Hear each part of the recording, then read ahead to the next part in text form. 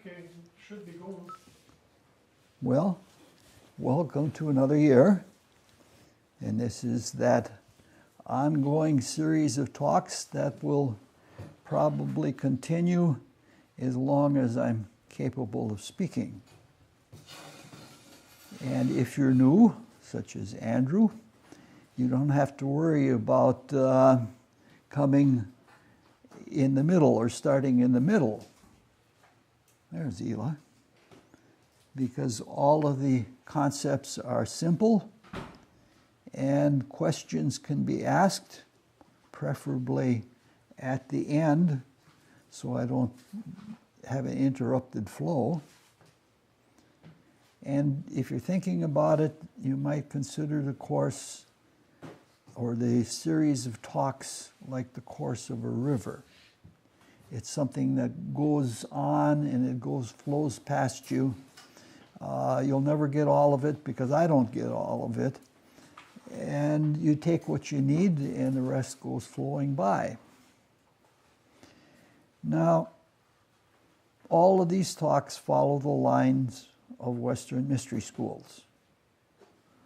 Most especially the Christian mystery schools.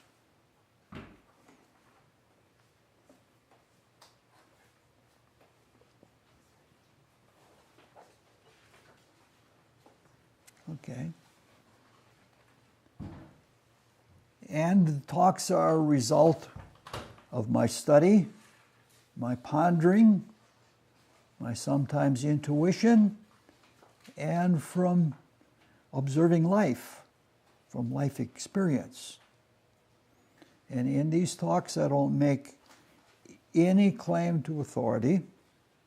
I say things as I see them. But I do strive to present useful and reliable information. In fact, a lot of things I hold back because they aren't necessarily reliable. My attitude is something that I learned in the garden. I do a lot of time in the garden in the summer. And it hasn't been there for a few years, but there has been a neighborhood wren that would go up and down the backyards of all of the houses on Lake Court. And that thing would sing, and it would sing all afternoon long. And if you got close enough so that you could see it, its whole body shivered when it sang. It put everything it had into singing, and it could do that all afternoon. I don't know how it got the energy, but that is the way it did. And that's sort of the way I feel about the talks. I feel sort of like I'm a wren. I'm full, and I just want to sing, and I want to share. Now it's time for a tiny review, and it won't be like one of my normal reviews, which is not like the, I bet you I didn't start this. Oh, yes, I did. Goodness. In my older days, I'm not always alert to what's going on. This won't be one of those reviews that is unlike the original. It'll be close to the original. We started with 6 talks on 6 basic universal principles that are common to all schools of mysticism. And if one is thoroughly imbued with those 6 principles, everything else is a lot easier to see. Now, those principles will come up again from time to time. In the series that we're in now, there's going to be a special subsection on one of those principles. And they'll always be relevant, and every now and then we'll add some new principles to it. After the talks on 6 principles, we went into many talks about spiritual cosmogony.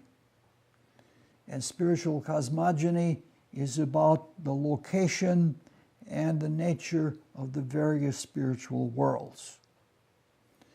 We tried as much as possible to relate the information to our experience, such as when we're emoting, we're in the desire world, and when we're thinking, we're in the world of thought.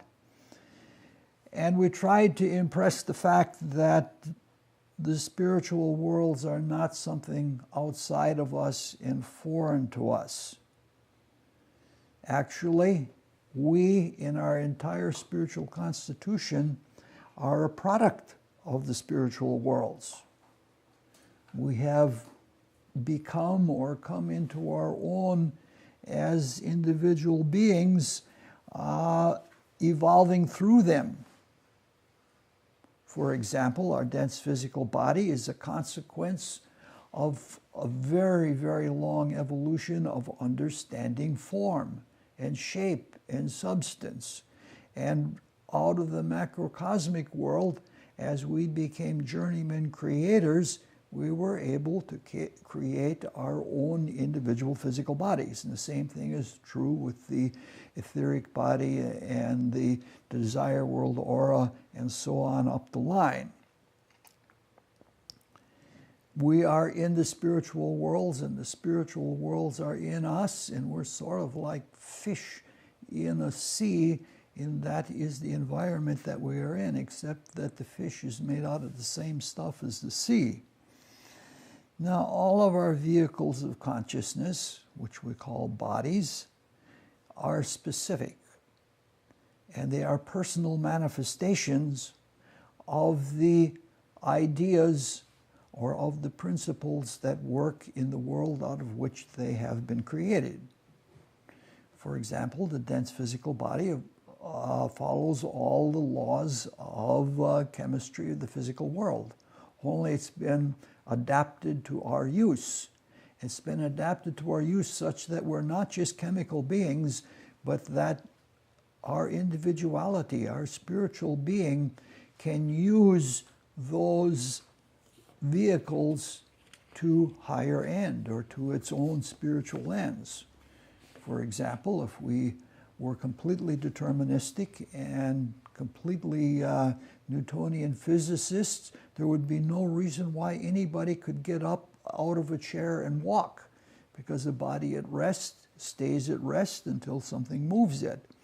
But we know that we can do that because we are the spirit, and these are the vehicles that we have to use.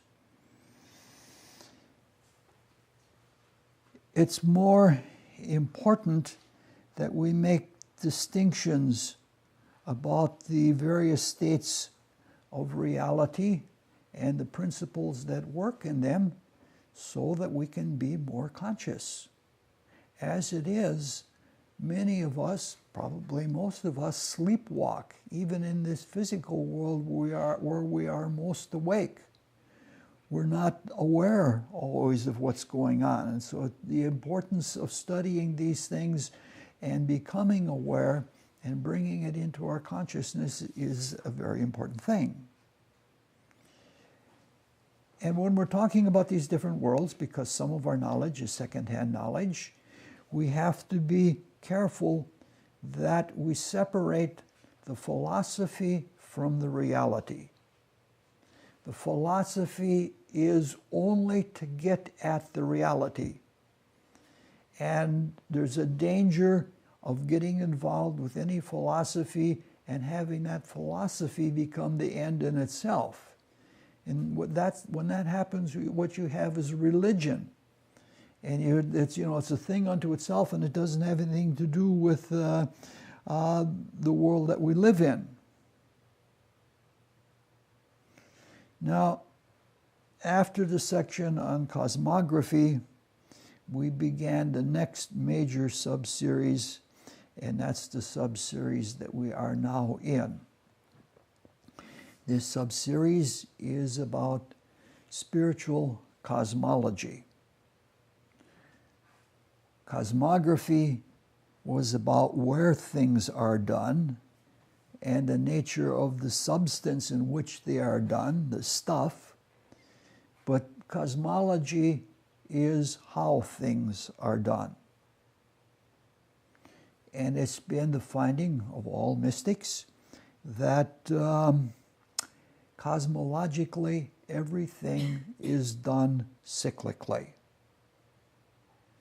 Now, in this, we didn't look at an abstract cycle, which is normally what is done, and we may eventually do that when we come to the next major sub-series of talks. I have done some of that, but mostly in astrology classes, and I just don't want to get into that abstract perfect cycle, even though it's helpful. I want to be more experiential. The first cycle we looked at was called the cycle of introversion and extroversion. We spent a long time on it. It's probably the most prevalent cycle, cosmological cycle in our daily life. It is about how we take things from the external world and take them into the spirit, for the spirit to conclude or understand things from them so that it can act in the outer world, whatever outer world it is. So, I have these hokey glasses on. I took a nap one afternoon and they were on my chest, and I got up and stepped on them and broke the little pin in there, so I got a safety pin. It makes me seem like maybe I'm from Arkansas or something like that. Down in Arkansas. All right. It's also about how we get intuitions and creative impulses which from within ourselves, and how we introduce them into the worlds around us.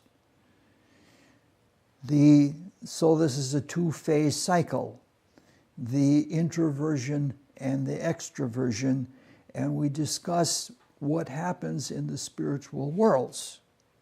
And we discussed that the cycle is so rapid that it appears continuous.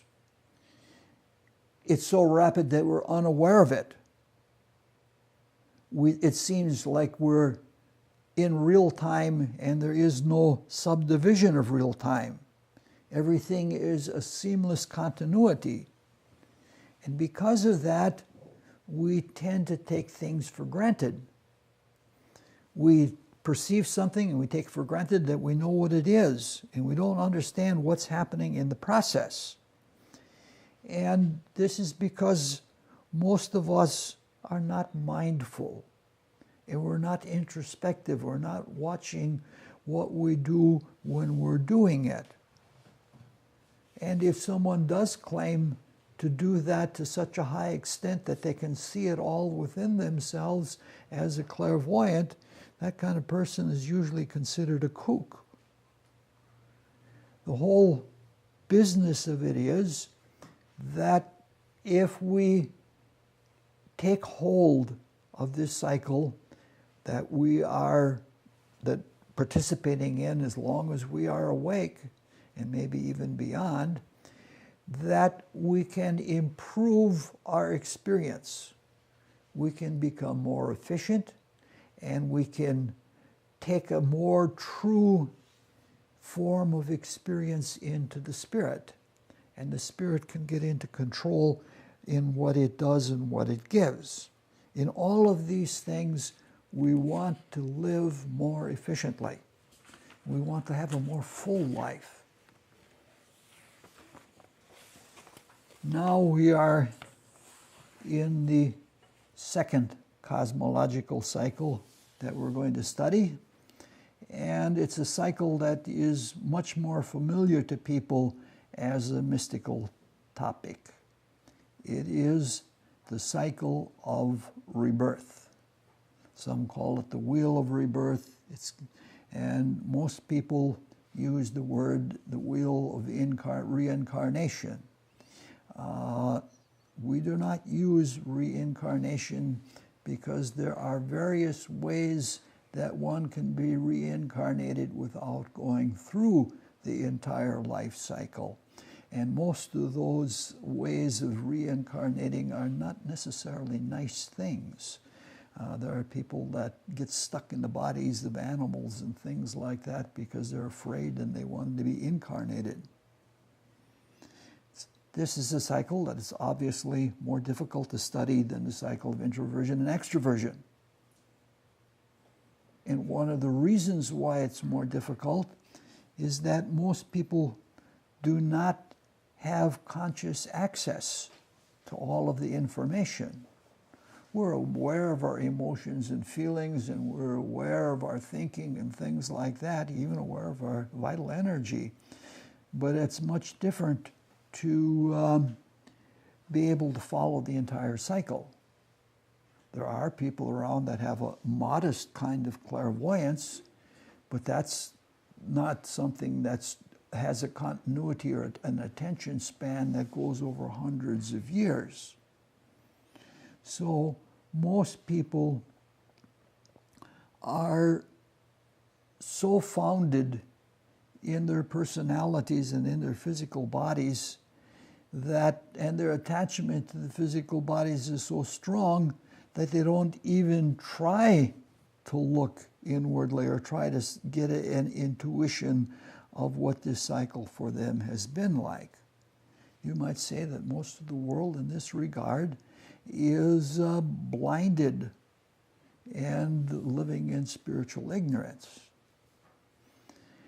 All of us are aspiring to first-hand spiritual experience.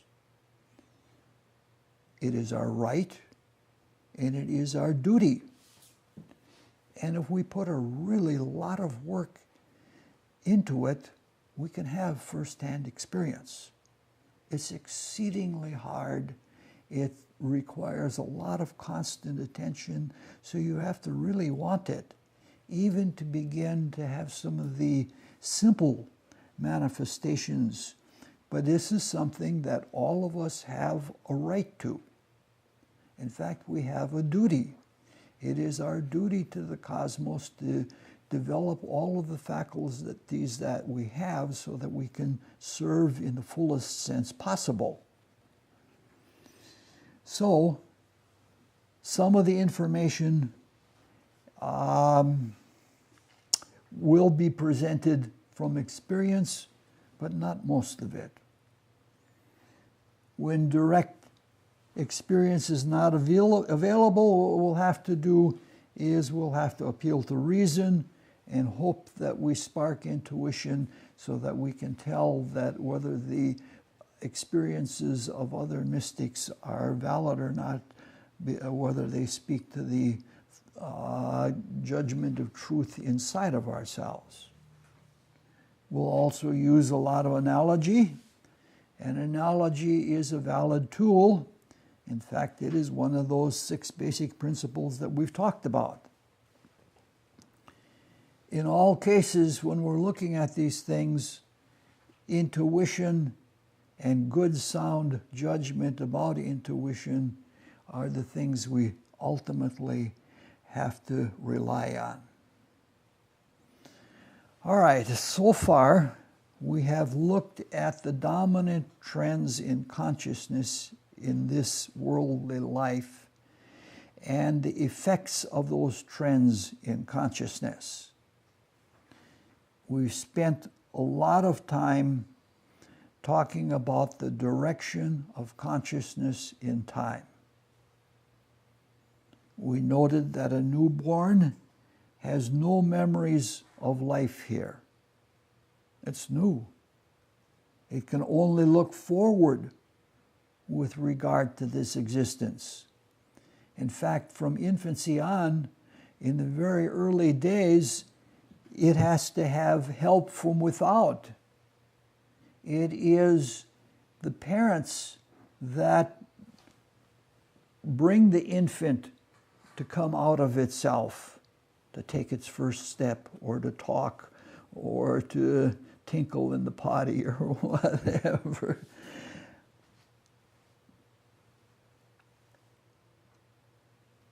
It can only look forward with help. Now, eventually, as the infant becomes a little child, it takes hold. And a little child looks forward to its birthday. It looks forward to taking its first step It looks forward to going to school. A big one is when you're going to be able to drive the car. And a lot of people look forward to their marriage, and some people look forward to the career. So it's all looking forward. And that is part of our work in consciousness in this cycle. Now, sometime in life, it begins to look backward at what it has done before. And this usually begins to happen about the age or about the time when one would have children. One looks at the helpless infant and realizes that it can't remember learning all those things like speech or even crawling. And that has a powerful effect on the parent. Looking back, the parent realizes that there is a lot that it has lost. It's sobering, especially when that infant or little child is dependent, and it awakens a sense of responsibility. You love the little beings and you want to help them as much as you can. However, this same experience of having children contributes even more to looking forward so that you can provide for them. You can help them go to college or something like that. So the forward-looking quality is enhanced. But as life goes on, the backward-looking increases. And a big thing is having grandchildren. Because having grandchildren, you're watching your children as they watch their children. And you have that special twice removed vantage that grandparents have. They know what they could tell their children, but they don't tell them that because they know that there are things they have to figure out for themselves. And you get a much bigger view in that way. And then when parents die and you are now the leading generation, there's no one intimate to look forward to. And as life goes on and you're approaching the end of it, almost everything is looking backward. So this is the inverse of infancy. In infancy, there's almost nothing to look back to, but everything to look forward to. And in old age, there's not much to look forward to, at least not in this world, and a lot to look back at. And what we're saying that in this is a very important principle. And it is that the direction of consciousness, no matter how subtle it is, has an effect. And that effect is a concrete, a real effect. Whether we know it or not, our application of consciousness, our direction of consciousness affects the world around us. And it affects us personally. And it's not just a change of attitude, the effects are material. We're divine beings. And through our consciousness, we are creators. And the more we take hold of our consciousness and the more we exercise our consciousness, the more creative we become. And we're responsible for the effects of our creative activity. So looking backward and looking forward are not just idle, innocuous activities. The thing that we noted most is that one effect of the direction of consciousness in time is that looking forward is materially incarnating. And that material incarnation is not just taking on greater responsibilities. And looking backward is disincarnating. The body of an infant is rubbery. The body of an oldster is brittle, and the hard skin seems hard, and everything is stony. The early child has boundless energy, while the old person lacks stamina, lacks physical strength. Now, there are a whole lot of things that we could say, and we did say a lot more along the way, but this is enough to get the general idea of where we have been. Eventually, there comes a time when the energy runs out, along with the will to go forward. And at that time, the spirit lets go of its grip on the dense physical world. We call that moment death. Some like to say that one has given up the will to live, but that's a misnomer. It's probably more accurate to say that the creative impulse has been carried as far as the will of the Creator can carry it. The reason that's more accurate is because the spirit is alive even though the physical body is no longer alive. It's still alive, it's still functioning, but it's just functioning in a different manner after death. So you can't say that it's really the will to live, but when you fight things like that that are in the common consciousness, it's hard to change it, and people still call it the will to live no matter what you say. Now, the moment of death is an extremely important moment in most forms of mysticism. We'll mention that a little bit at a later time, but for now we want to look about the many or a few of the many questions about death that have arisen from what has just been said, because obviously this is not something very thorough and could be extremely misleading. Now, the questions that arise out of this idealized description of a lifetime are numerous. Now, they're presented this way just for simplicity of communication. In this simplified life, one is born, one matures and continues to mature throughout life. One functions and functions better, at least until things start going into decadence. And one carries out works and ages and continues as long as one can. The reality is that we are not ideal people. We're not ideal creators. In fact, we're pretty screwed up in some ways. Some people apply the will to live very rashly and carelessly, and consequently the form of their life is made with gaps in it, sort of like lapses of continuity, of applying attention, and they often die early in action. One might call those types of people accidentalists. They've made their life so haphazardly that they die often at a very young age in an accident. Now, other people get involved with different kinds of untruth.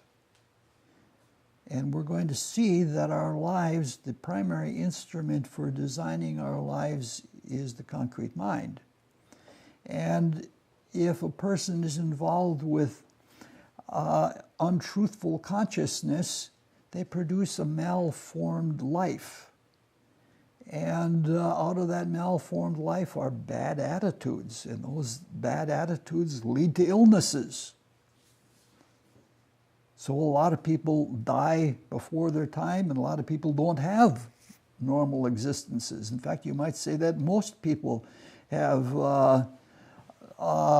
irregular lives.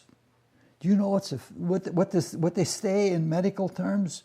That a person takes one medicine for each decade that they've been alive. So that by the time you're 80, you're going to be taking 8 medicines. My father was like that. He was in his upper 80s, and he was having all kinds of problems. And fortunately, I talked them into it, and the doctor pretty much agreed. And except for one or two of them, got rid of all the rest, and he improved immediately. Because, you know, we're not a chemistry experiment. So people have illnesses and die, and they have malformed lives one way or another. But all of these things that are exceptions do not disprove the existence of the principle that we're looking at, the principle of incarnation and disincarnation. And this brings us back to death. Now, in the life cycle, or the cycle of rebirth, there are 2 points which are unique and special. Death is one of those points, and the reason it is one of those points is that every bit of the forward-looking attitude and capability has run out, and there is only looking back. Now, you would think that birth would be the other point, but birth is not the other point in the life cycle that is of extreme importance. And one reason for this is that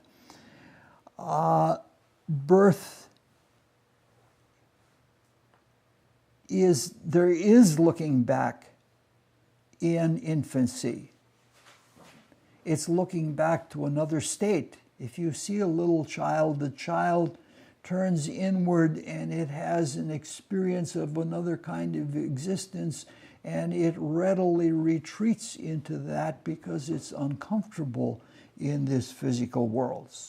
Something we see all the time. It's a fairy-like existence. Another reason why birth of the dense physical body is not one of those special points is that it is incomplete.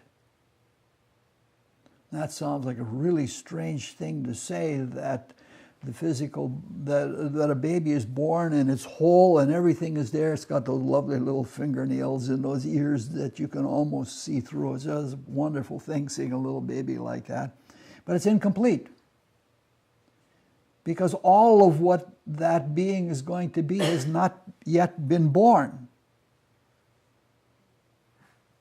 So it's going to be a number of years before a person is completely involved in the physical body.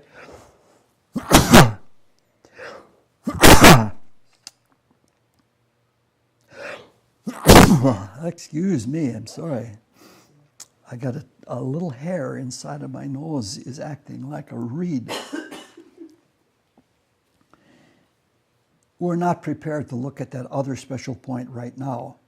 We'll have to hold it in mind, and at another time we'll look at that other point, and we'll look at various philosophies about these 2 points. The Buddhists are especially strong about the 2 points as special points. So we have said that death has been called a cessation of life, or a cessation of the will to live. Now that's not apt in some ways, but in other ways it is. So in trying to understand the importance of this unique moment, we can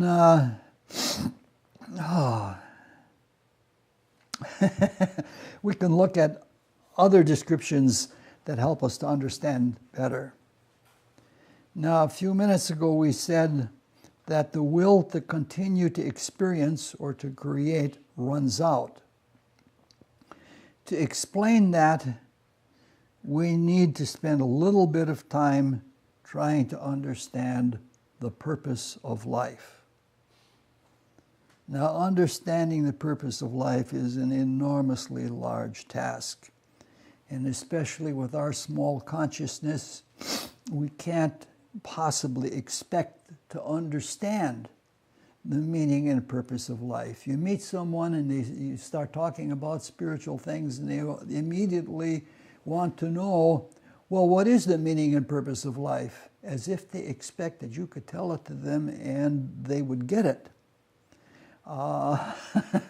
We're not big enough for that yet. And I'm lost in my notes. This is a problem that many great spirits have addressed over the centuries. Volumes have been written about the purpose of life, and it's from various different points of view. Some people believe there is no purpose to life, and they're so in love with their convictions that they're very vociferous about them.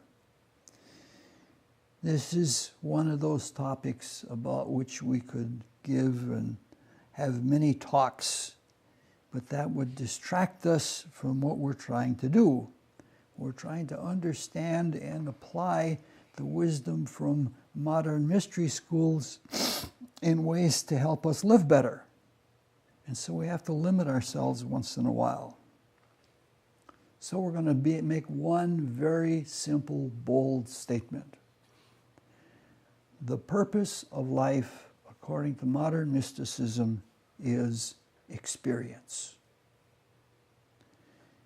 As time goes on in human evolution, the experience is becoming more creative experience. And this is, again, another huge topic, and we're going to be brief about it. Dangerously brief, because misunderstanding could arise because of the brevity. And not only are we going to be brief, we're going to be quasi-authoritative, which could lead to its own set of problems. So if you find some of this disagreeable, please be patient and hear it out, and then take up objections later on. Our true human nature is spiritual. We are spirits, but not in the sense of the word spirit as a ghost. An example from Christ in the Bible is God is a spirit and must be worshipped in spirit and in truth. In another place in the Bible, we are told that we are created in the image of God. Therefore, we must be spirits. That's pretty clear if we take the Bible as an authority. Now, this conclusion goes much further than is apparent at first.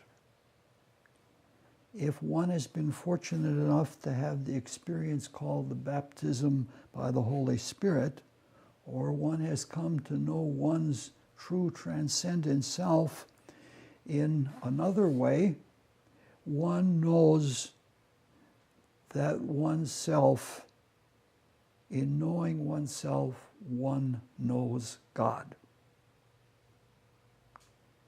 This experience transcends concrete existence, and it can be arrived at through various different means, various different mystical experience. But the one thing that is held in common by all mystics is that we are spiritual beings, just as the being we call God is a spiritual being. It is also a common experience among mystics that spiritual things are very different from material things. I think there's that statement, the ways of God are strange to the ways of men. One of the chief differences is that spirit is singular, whereas the differentiations, the more we are in matter, the greater the differentiations are. But spirit is one. Now this means, following a kind of mystical logic, this means that in spirit we are also in unity. And for this reason, it is appropriate or correct to refer to the universal spirit instead of referring to God. It's a much better way of talking about it.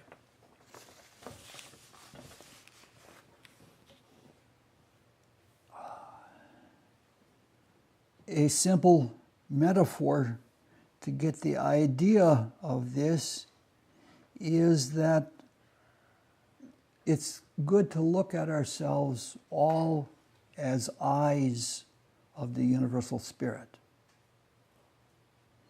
That's something that's almost impossible to verbalize, whereas in the spirit we are in unity, but in our differentiated individuality we are each like an eye. And there is one central eye. Now, in saying this, it becomes obvious that the metaphoric eye not only sees, but it projects spiritual light and life. Now, some more orthodox people object to this as some kind of vain hubris. They usually are the type of people that are without first-hand experience. The fact is that the central focus of the universal spirit recognizes the nature of spirit. And there is a respect for every other focus. Because if the universal spirit were to overpower any focus within it, it would be to deny or to destroy its own fundamental being, which is unity. It's impossible. So we are completely respected by divinity, but we can't always say the same for ourselves. We're pretty abject and we don't respect the divinity in other people all the time. Now, because the universal spirit is common in the one, does not mean that one is equal in becoming or in creation to the one.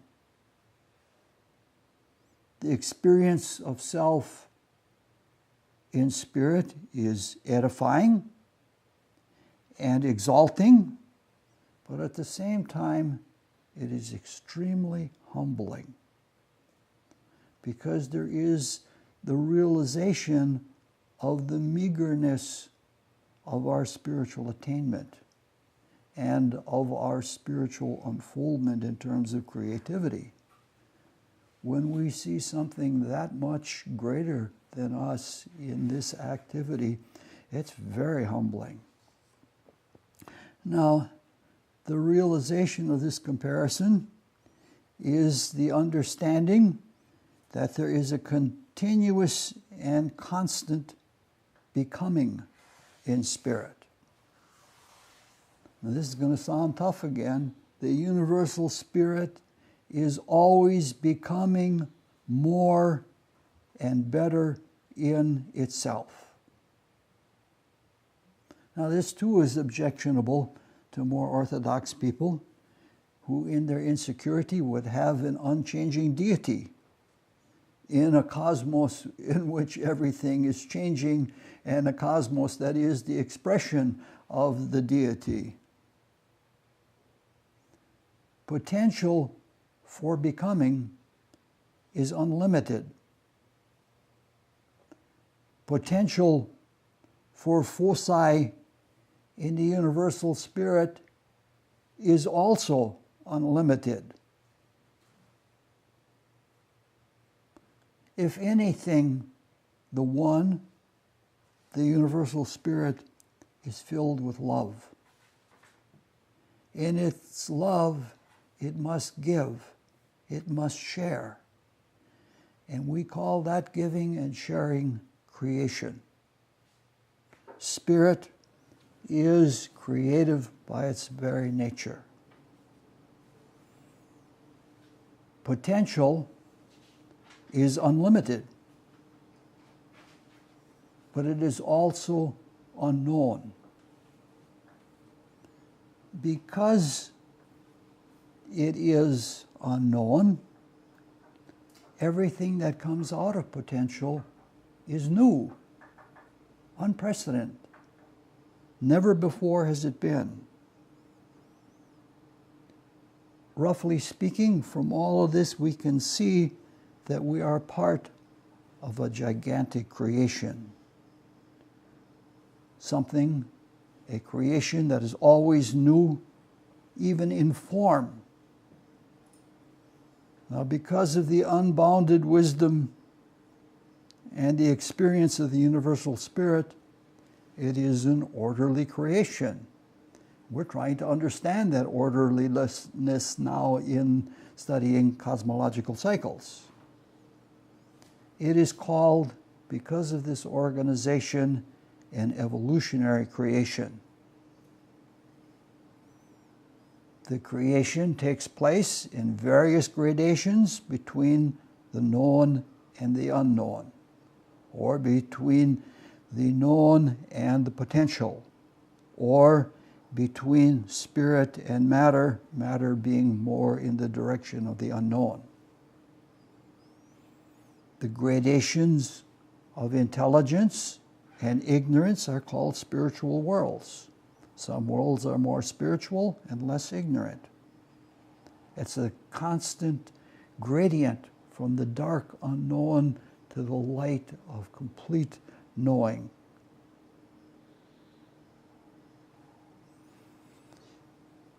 These are the same spiritual worlds that we talked of for many talks when we were talking about cosmography. This creation takes place through the agency of spiritual beings. And those spiritual beings are of varying gradations. Some have become more than others. Some eyes see more than other eyes in the universal spirit. Some call them creative hierarchs, others call them the gods. In this evolutionary creation, some of the beings are creators and some are creatures, because there's so much in the direction of ignorance or of potential that they have no idea of their ultimate spiritual being. They're unconscious of it, and they must be brought to that by other beings, and so we call them creatures. We as human beings straddle this difference between creature and creator. Sometimes we're creatures, and sometimes we are wakingly conscious of our divine being and live that way. As human beings, our most important field of activity in the evolutionary creation is right here in the chemical subdivision of the physical world. It is here where we are most self-consciously awake, and it is here where we develop the conscious soul to become more awake, and it is here that we actually do the awakening. our work here is not only important to ourselves, because if we are becoming spiritual beings, we have to think in love for the other, just as the one in the universal spirit does. Our unique evolutionary status gives us a unique service. In fact, every wave or every type of hierarchical being has a unique and necessary service, because it can't be any other way. There's nothing adventitious or unnecessary in the universal spirit. We are the only beings that are self-conscious in this three-dimensional, external-only material world. The only ones. The animals see things and plants live here, but they don't have the self-consciousness. This means that we have a unique importance in order to take the experience from the deepest level of matter, the deepest level of ignorance in potential, and carry it into the spirit. There is not a big eyeball in the sky that can see, or an ear that can see. It's like Meister Eckhart said, God needs us as much as we need God. And so we have this very great value to the cosmos.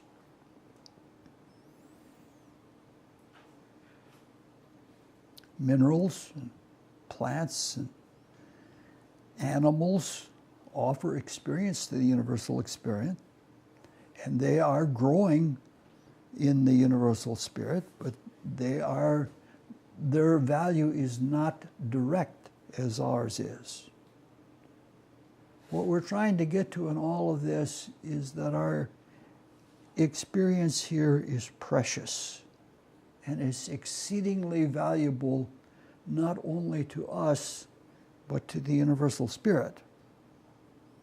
Now, it is a consequence of our will to experience and create, and that of the universal spirit. The universal spirit holds this world in existence, and then we are, I don't know, I guess very minor subcontractors, if you could say it that way. Yeah, this is the proving ground for the creation, and it's the proving ground for our service and function in the creation. Now, we could talk about improving the quality of our experience, and that's what we're trying to do, and that comes up more all the time, especially when we looked at introversion and extroversion and how we can accurately carry the external world in. But for the moment, it's enough that we realize the importance of our responsibility, which is not only a responsibility, it is a privilege. Some mystics try to escape here without realizing the privilege that being here is. What a wonderful thing to really belong, not just in some state of spiritual contemplation, but in being able to take the very stuff at the nitty-gritty level of the creation and bring it home, raise it up, give as the universal spirit gives. This is true. We're not conscious of everything we're doing here. Most of our experience is unconscious. So we're even doing things experientially if we're just metabolizing. We're still working with the minerals, and we're still working with the stuff of this existence, and it's valuable. Now, the most important thing in this entire talk, which leads us to the talk next time we get together, is it is important that nothing be lost from our experience here. We are not to lose anything of the experience here, if at all possible. Some things are more important in life, but everything that is here has its own kind of importance. There's a lot more to experience then we realize, and sometimes when we look back at experiences we have, we get a lot more out of them, which we didn't at the time. This world around us, in some ways, it's materialized ignorance, but in what has materialized it is filled with wisdom. And that creative force using that wisdom to bring things into existence is not a simple matter. Let's take an example. It's a simple example. Let's say we go with a friend and take a walk in the woods. That's a pleasant and uplifting thing. Being in nature like that is harmonizing. We're more in touch with, than the artificiality and the not such nice things that humans do to the environment. But suppose on that walk we took a botanist along. That botanist could open our consciousness to things that we never realized without diminishing the beauty, but actually bringing us more in awe of nature. If we took a geologist along, the experience could become even richer. The same could be said if we took a painter who understood form and color and the interaction between them, or if we took a poet like Mary Oliver along who gets a poetic sense out of nature and the little things that happen in nature. If we took a psychologist along, that psychologist could help us understand the back and forth with our friend as we are talking and conversing. So this is a really simple experience that we've all gone through, but it's something that could be made ever so much more rich. There's so many facets, or there are so many things to the world that we are in that we can't process it all now. Sometimes it will take years. Scientists sometimes go back and they say, oh my goodness, this evidence from this study many years ago, if we had understood it, we would have understood the cosmos. And it's like that with almost everything. There are things in our life that we look back at our performance, which was not so great, and we look back and say, if only I had known that things would have been different. I could have gotten much more out of it if I had known better. And so this is why it is so important that nothing be lost. The importance is personal importance. For our development, we want to grow up. We're looking forward in a much bigger way than looking forward to drive the car. We're looking forward to becoming better creative beings, being able to take that love and share it. And it's better for the cosmos. There actually can be a more efficient creative cosmos. And right now, we are probably the beings that in our solar cosmos, anyway, are the most impeding of perfection in the cosmos. All right. The next time we get together, we'll explore how this all fits into the important moment of death. And it will be much more immediately practical, and we won't try to be so foolish as to give the whole meaning of life or purpose of life. And that's all I have. Any questions? You look very studious with those glasses. You told me that before. Nothing like re-recognizing a truth.